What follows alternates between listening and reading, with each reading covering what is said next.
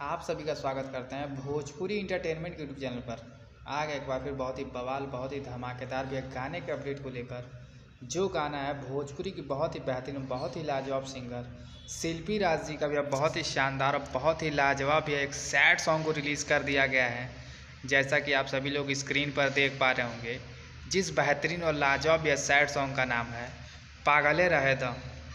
ये एक बहुत ही शानदार और बहुत ही भैया हाई लेवल का सैड सॉन्ग भैया बनाया गया है। मैंने भैया ये गाना सुना, गाना वाकई बहुत ही शानदार और बहुत ही लाजवाब बनाया गया। बात की जब भैया इस गाने की, तो इस गाने को भैया गाया है शिल्पी राज जी ने। वहीं पर भैया इस गाने में आप सभी को फीचरिंग करते नजर आ जाएंगी माही श्रीवास्तव जी, बेबी काजल और सनी बाबा।